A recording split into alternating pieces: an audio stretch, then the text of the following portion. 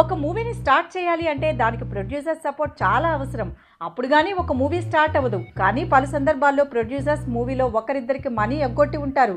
కానీ ఒక ప్రొడ్యూసర్ మూవీలో హీరోయిన్తో సహా డైరెక్టర్ ఇంకా కొంతమంది టెక్నీషియన్స్కి డబ్బులు ఇవ్వకుండా ఎగ్గొట్టాడు. ఆ ప్రొడ్యూసర్ మరెవరో కాదు, త్రిషతో తమిళ్ తెలుగులో నాయకి అనే మూవీని తీసిన ప్రొడ్యూసర్ గిరిధర్.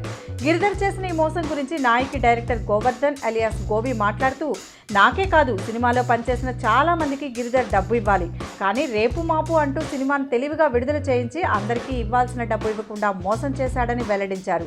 సినిమా విడుదలకు ముందు ఇస్తానని మాటిచ్చి ఇప్పుడు ఇచ్చేదే లేదని తెగేసి చెప్పడం చాలా దారుణమని చెప్పారు. ఇక ఈ సినిమా రిలీజ్కు ముందే తెలుగులో 2.5 కోట్లకు అమ్ముడుపోయి టేబుల్ ప్రాఫిట్ తీసుకొచ్చింది. ప్రొడ్యూసర్కి అలాగే తమిళ్లో రీసెంట్గా విడుదలైన ఈ మూవీ అక్కడ 3 కోట్ల బిజినెస్ చేసిందని టాక్.